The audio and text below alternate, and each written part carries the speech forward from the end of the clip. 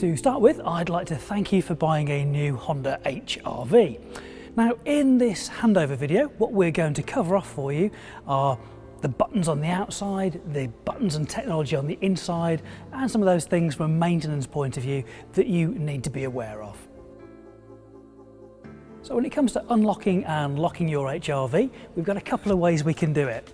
So on the remote, we've got the unlock button, so simply press that, and of course the car's going to be able to open.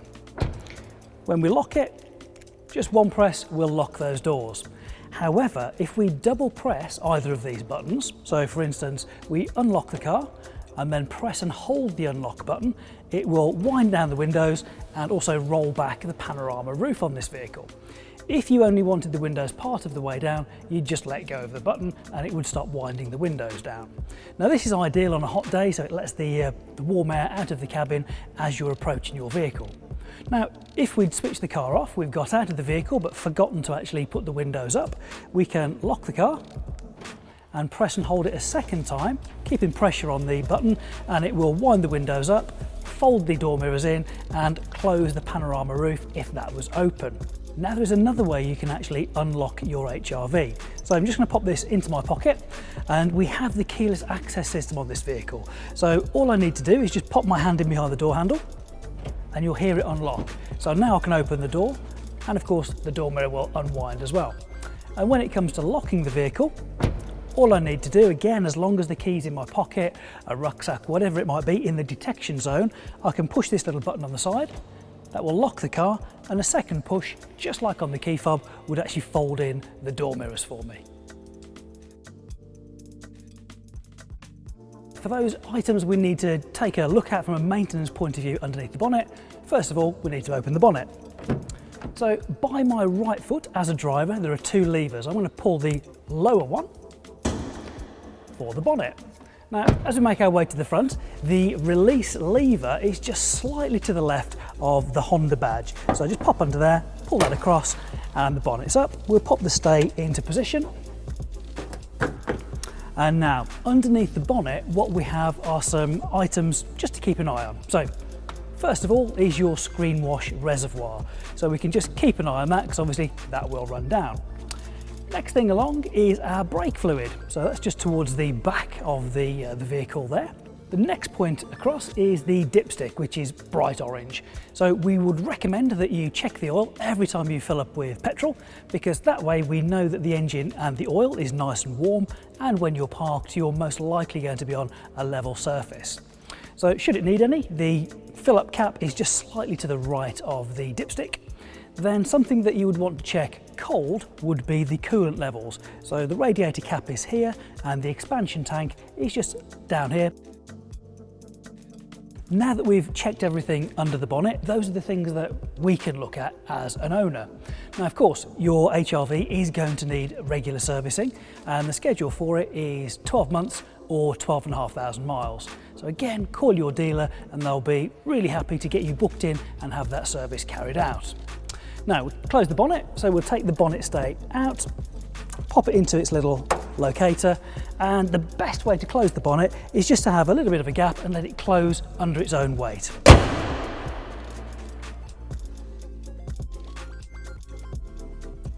Okay, so now we're in the car. The first thing to do, for me anyway, will be to get the seat adjusted.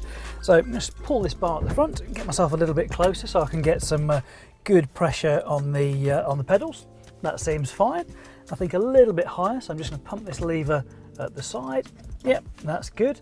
And a little bit more vertical. So yep, that's now a good position. What I'll do now, make sure my head restraint is in the correct position. So I think that could do with being a little bit higher. And that's about the right kind of height. And we do have the ability to bring this forwards. Maybe that's a bit too far. So we'll, yep, perfect. So the next thing for me, now the seat's done, is to try the seat belt. So now with that plugged in, I can feel it's a little bit high just on the B pillar. So I'm going to adjust that down. And again, now that's feeling perfect. Next thing for me is the steering wheel. So I'll pull the little lever just at the base of the steering column. There we go. So I've got good reach on the steering wheel and I've got good view of the instruments as well. So to get going, we have keyless start on this particular car. So if we put our foot on the foot brake and press the engine start button, we're good to go. Now, because we're in an automatic transmission, so keeping the foot on the foot brake, take it from park, through reverse, neutral, into drive. Now we do have the ability to pop it into sport if we want a little bit more acceleration. I'm going to leave it in D mode. That's going to be good for me from a driving point of view. So just behind the shift lever we have the electronic parking brake and also brake hold. So they work really simply. So when I want to move away, I can put my foot on the foot brake, take the electronic parking brake off with virtually no pressure at all, and pop it in D and drive off. And when I come to a stop, so I'm stationary, pull on the parking brake, and that's going to engage the motors on the calipers at the rear wheels, keeping us nice and safe and stationary. However, if we press the brake hold button before we set off, so I've got my seatbelt on, engine's running, press brake hold, what this means is I'm not going to have to operate the parking brake on my entire journey. So if I come to a set of traffic lights or maybe a junction where I've come to 0 miles an hour, I've used the brakes to come to a standstill, the car literally holds the brake pressure on for me. And then when I drive away, just by putting some throttle on, it will release that pressure, and it means I don't have to worry about putting the parking brake on or off, making it really nice and simple for me.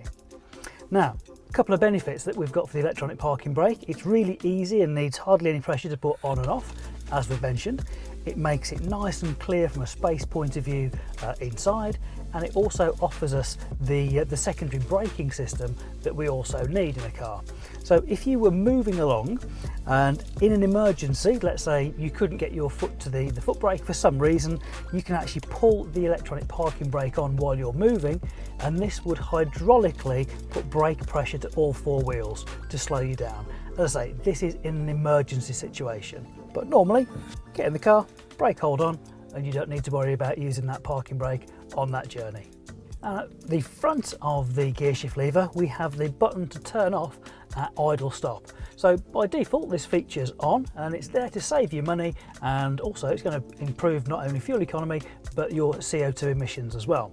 So the way it works is that if you come to a standstill and the conditions are right, so that would be not too many electrical consumers inside the car, those kind of things, we've got a good charge in the battery, the car can actually pause its engine, saving you fuel, and as soon as you want to go again, just foot on the accelerator, it will restart the engine, so you're not paying for that fuel while you're stationary. So just at the front of the driver's armrest, we've got some buttons and switches. So we'll go through those from the top to the bottom. Now the very first thing you'll see, top left-hand corner, is the button that when we press it, it will fold in the door mirrors. And of course, when you press it again, it will fold them out for you. Next to that is a little slide switch with L and R at either side. So if we slide it to the L position, that allows us to, with a little pad underneath, adjust the left-hand mirror. If we slide it through centre across to the right position, we can do the right door mirror. Perfect. And normally you'd leave it in the centre position so you don't accidentally catch that if you were driving or getting in at the car. However, if you wanted to, you can slide it and keep it into that left position. What this will do is when you select reverse, the passenger's door mirror will actually tilt down so you can see, hopefully, keeping those alloy wheels in pristine condition, keeping them away from the curbs. Now we've also got a couple of buttons underneath, so we have the ability to lock and unlock the doors from inside the vehicle. Then we have the button to isolate some of the switches for the electric windows. So when we have the amber light on that switch, that means that every window except mine is isolated. If we want everybody in the car to have control of their own window, press it again so that we don't have the amber light on. Now all 4 windows in this car have got sort of 2 stages to them, so we can push the button partially down to get a partial movement of the window, or we can push it all the way down to have a one-touch motion. And obviously exactly the same would apply on the way up. So 1 stage and 1 touch motion all the way to the top. Then working in from the side, we've got these buttons by my right knee. So again, we'll work through them top to bottom. So right at the top, we have the Econ button. As you'd imagine, this is designed to improve the economy of the vehicle, and it will do that in a couple of different ways. So it will soften the throttle response. It also allows the air conditioning and the cruise control to run more efficiently from a fuel consumption point of view. Anytime you want to, you can turn Econ on or you can turn it off. Then working our way across, top left-hand corner, we've got our Vehicle Stability Assist button. The only time you'd want to reduce the effectiveness of this feature is if you were stuck in shallow mud or snow. So sometimes you need to spin those wheels to actually get out of a stuck situation, and as soon as you're moving, we'd turn it back on again. Next button across is for parking sensors. Dead simple, when we've got a green light at the top, that means they're active. If we push the button and we've not got a green light on there, then they're not active. Similarly, with the lane departure warning, when the green light's on, it's active. This is using the camera at the top of the screen to look for painted lines on the road. So if we get a little bit too close to those without indicating, it warns me. It'll give me audible and visual warning so that I can make corrective measures to actually stay in the lane. And the final one, bottom left-hand corner, is for the ultrasonic sensors, to disable them just for one locking cycle of the car. Now you can only turn this feature on when the ignition's off and you're ready to lock the car. So you'd push the button and it means that those ultrasonic sensors are now not active. Really, the only time you're going to want to do this is if you're leaving your car but you want to lock it with a little bit of a gap in the windows, because if you didn't disable it, you might get some false alarms with the air movement inside the cabin triggering the alarm. So now if we take a look at the steering wheel, we have some controls on the front and also the stalks behind it. So on the left hand side, we have the stalk responsible for our lighting. So indicators, probably the first thing we're going to use, and one push down to a little resistance point, and that will give us 3 flashes of the indicators. If we wanted them to be on for longer than that, say we were just about to slip off the motorway or a dual carriageway, we can put them in the fixed position that will cancel either from the steering lock or when I push them back up again. Lighting. Now the great thing with HRV is that we've got auto lights on the car, so it's going to use the daytime sensors to actually look at the light levels and make sure that we've got the correct lighting. If you wanted to, for any reason, you can turn them off, but I'd leave them in the auto position because that also allows me to have the high beam support system active. This is where it looks at the road ahead, the speed we're doing, and also if there are any vehicles on the road ahead. And as soon as it sees an oncoming vehicle, or whether it's the tail lights of a car in front, it'll dip those beams down for you. So again, it's going to maximise your visibility in nighttime driving. So a reason that I personally would leave it in the auto position is just really easy. If you wanted to fix it into the side light position, that's one more rotation, and then we've got fixed dip beam as well. Of course, if you wanted main beam, you just push it away from you to give you main beam on. If you just wanted to give a flash to somebody to say, I'm here, you just pull it towards you momentarily. So inboard from that, we've got the fog lights. So as we rotate this centre part, we turn our fog lights on at the front. And for the rear, it's one more rotation. And to turn the rears off, we push it through the same rotation again. And then to turn them all off, we're back to the off position. So the stalk on the right hand side, that is responsible for controlling the wipers at the front and also the rear of the vehicle. So if we have a small amount of rain or mist on the screen, we can just push the stalk up one position and it will give us one wipe of the screen. However, if there was a bit of dirt or some mud or something like that on the screen and we want some screen wash, we'd just pull that towards us, and not only would we get the screen wash, but we'd get a few wipes of the screen as well. Now the next position is the auto position. So it will give us a wipe now because there's some moisture on the screen, but it's using that rain sensor that it just picked up there to actually detect if there's any rain on the screen. Now I can adjust the sensitivity of this by using this little dial in the center to make it more or less sensitive, depending the frequency that I would like the wipers to clean at. If I want a fixed rate, I can go one position further down, which is the low position. Then we've got the high speed as well. So So I would leave it in the auto position, that's where I would be going. And then right on the end we have the control for the rear screen. So if I rotate it sort of top towards me, we'll get some screen wash going onto the rear screen. If I then rotate it away from me, we're in the intermittent position. A further one will take us into the fixed on position. And then one more rotation, which is like a sprung part of the switch, will give us more screen wash to the back. So with my hands on the steering wheel, I've got access to these paddles here with minus and plus on. This is only on the automatic version.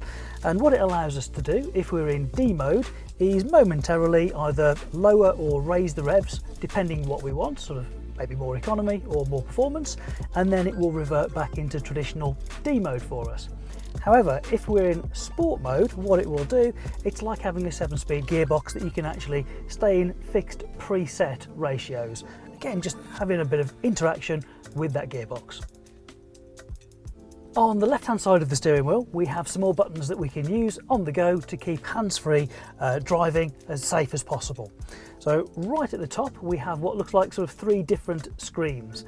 This is because when we press it, we can cycle through 3 different displays. We've got navigation, telephone, and also our audio.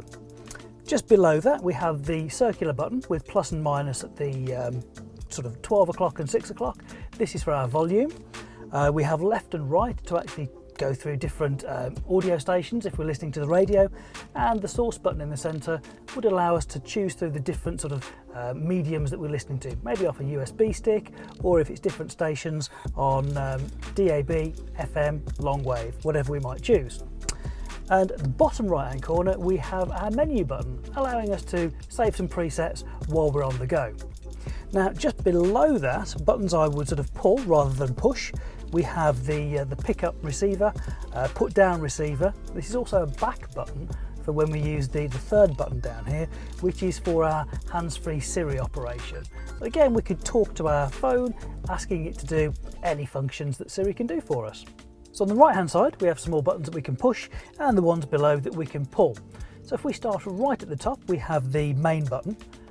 When we've pressed that, it allows us to use the features that are hidden behind LIM.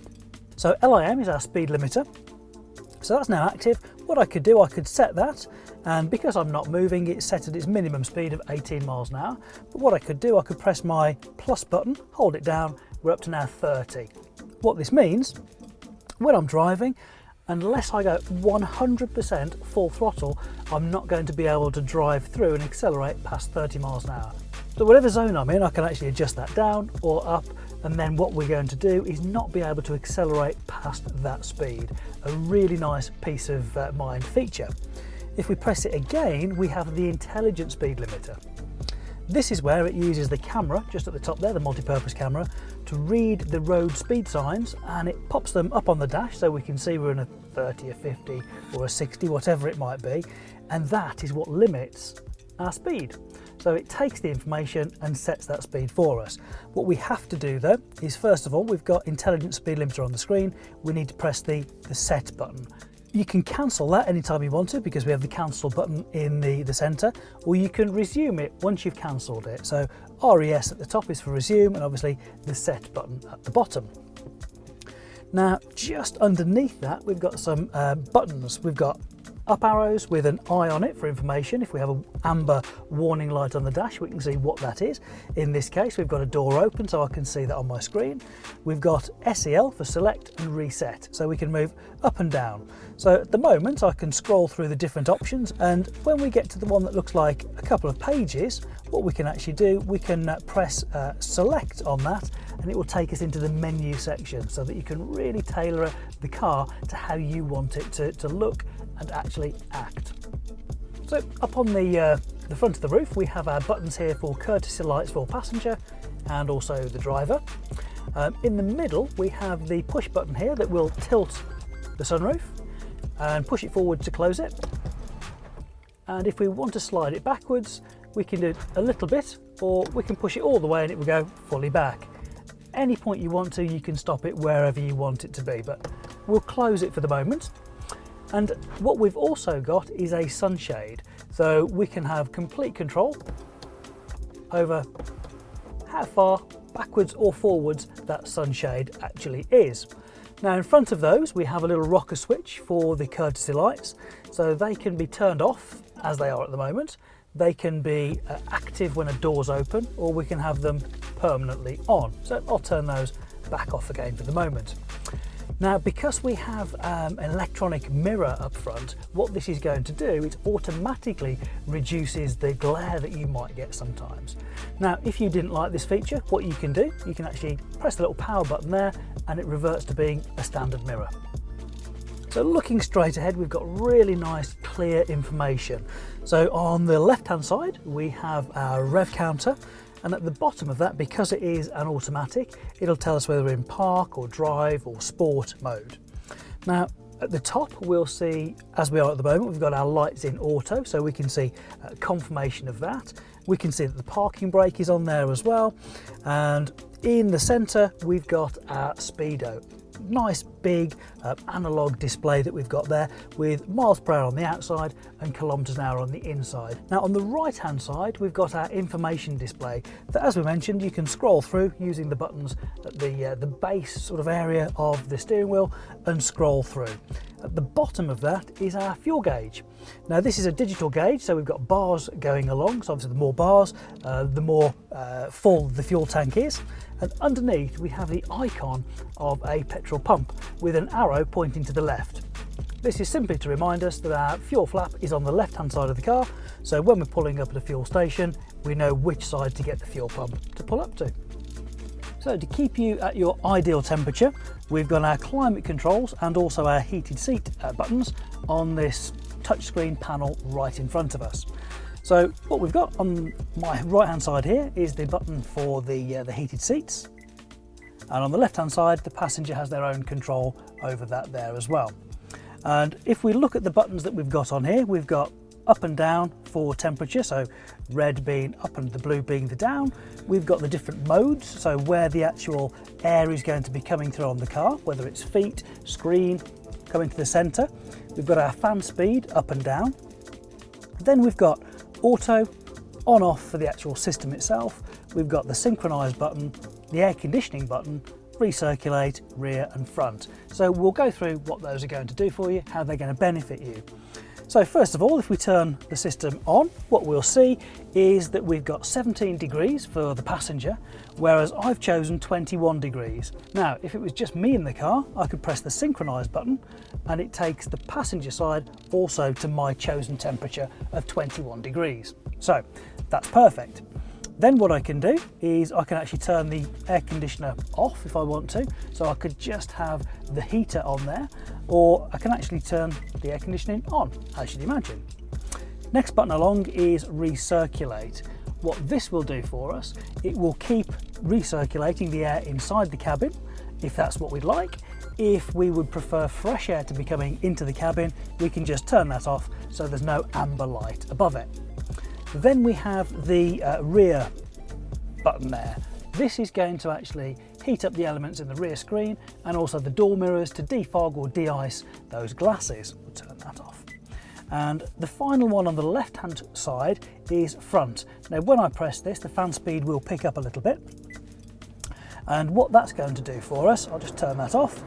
It's going to use the dehumidified, sort of the climate controlled air, force it all through to the front screen to keep it as clear as is possible for us. So it focuses all of its energy on that front screen. Now, if we wanted to, we can press the auto button, and what auto will do, it'll work out based on my temperature which vents it should use and what speed it should use as well. So if you just want it 21 degrees in the cabin, the best thing to do, pop it on auto and you're away. Right, now we're on the home screen for Connect. We can see all of the tabs there. So we've got navigation, we've got one for our phone, information, audio, settings, and we've pre-installed the AHA app as well. So top left hand corner, we have the navigation. So we tap on where to and we can put in an address. We'll start building our history and our favourites. But where it is a little bit different, we've actually pre-populated the Honda dealership addresses. Now, something a lot of people would want to do is set their home address. Now, the easiest way to do this is to press the Go Home button, I'm going to imagine for the moment I'm on my driveway, so I'm going to use my current location, and that's it, done. Next time we're away from home and we choose go home, the system will navigate us back to that destination we've just set. Brilliant.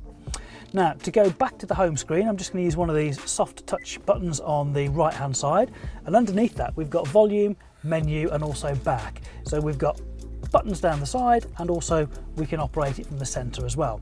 So that's our navigation. So just along from that we have our phone button. Now when we press this for the very first time, it's going to say there's no phone connected, would you like to add one? Which of course we do. So I'm going to tap on yes, get my phone, it's saying make sure the Bluetooth is on and continue. So I'm going to go into settings, go into Bluetooth, and hopefully they're searching for each other. So the name of your phone will come up here. Mine is just iPhone, and it will give me a code. So I'm just making sure that number is correct. I'm going to use the pair button on my phone, tap OK on the screen, and once they've just made that connection, you should see pairing process was successful. So now we've got that, we are connected, and we can actually go, if we go back on there, so we can here, we can have, if we want to, contact details synchronized every time we connect the phone. So we'll turn that on, perfect stuff. So every time we come into the car, if we've added a new contact, it will see that and we'll be able to access it on the phone. Now we can see my iPhone is connected. So I could either go back here or back to the home screen. I'm going to press home so we can continue on. So the third icon along is for info. Now when you press the info button, you'll get information about the car, how it's driving, like a trip computer. So again, a nice useful thing that you can have up on the Connect unit while you're driving along. Right, so in the bottom left hand corner we have the audio tab. We'll tap on that one and we can see at the moment our source is DAB, digital radio, and we're listening to Capital UK. If we wanted to change to a different station, we can just tap on there. We've got a different one. So we've now got Cap Extra reloaded. If we wanted to store that as a preset, tap on the menu button to the side. We'll save it as a preset and we'll choose any button there. We'll just go on to number 1, and that will now be preset number 1 saved for us. Now that's really easy. Next one along is settings. So this is where you can personalize how the system's going to work for you, what things are going to look like, if you want beeps when you press buttons, if you don't want beeps. So it's really to personalize it for your tastes. So the final one we have is AHA. This is a pre-installed audio app that we've put here on the car for you. Now what this will do, once it's tethered to a wireless device, so you could use your smartphone or a Wi-Fi dongle, it will allow you to listen to audiobooks, podcasts, or even radio stations from across the water. So right at the top of the unit we have some hard keys and also the slot to pop your CDs into. So top left hand corner we have the ability to change the brightness for daytime, also for nighttime, and if you wanted to, you could completely darken the screen. We'll pop that back to how it was though. Next to that we have the eject button if there was a CD in, and of course we have the power off for the audio. So to operate the hazard warning lights, simple push of the button there, and obviously when you don't need it, they're back off again. Now we're at the back of the car, we can open the tailgate as long as the car itself is unlocked. So just underneath the H badge is where we've got the little pad to open it, and we can see a nice sized boot now. So when we're in, on the right hand side it is quite disguised, but just underneath here is where you would find your compressor and temporary repair kit, just in case you get a puncture. We'll just pop that back up. And then something you're going to use more frequently is this underfloor storage. So we have a large amount of storage area underneath here, and of course we can put this board straight back across, making it a double deck boot area. Then just simply close it down.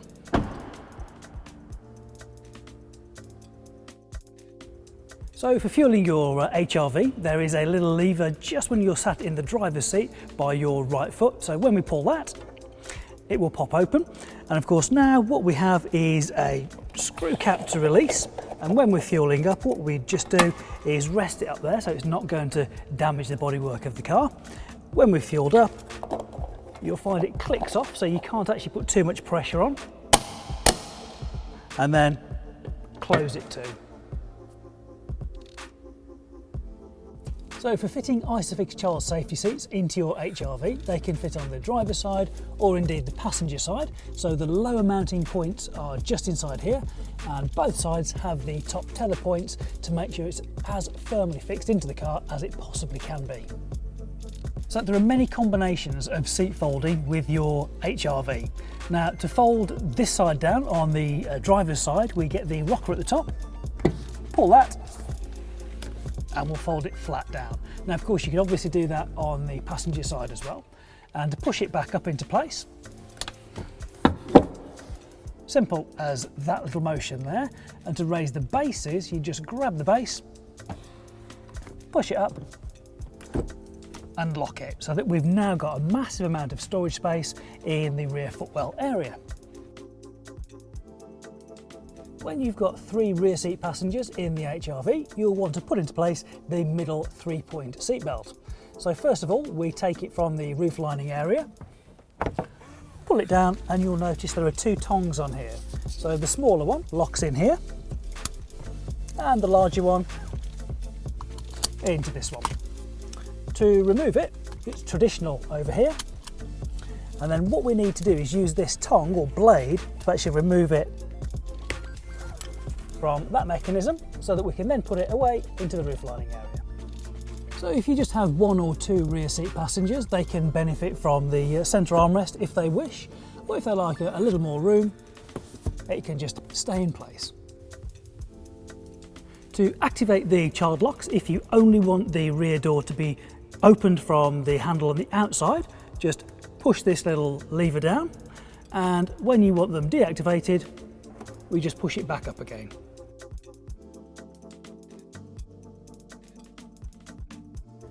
Thank you for watching this handover video on your new HRV.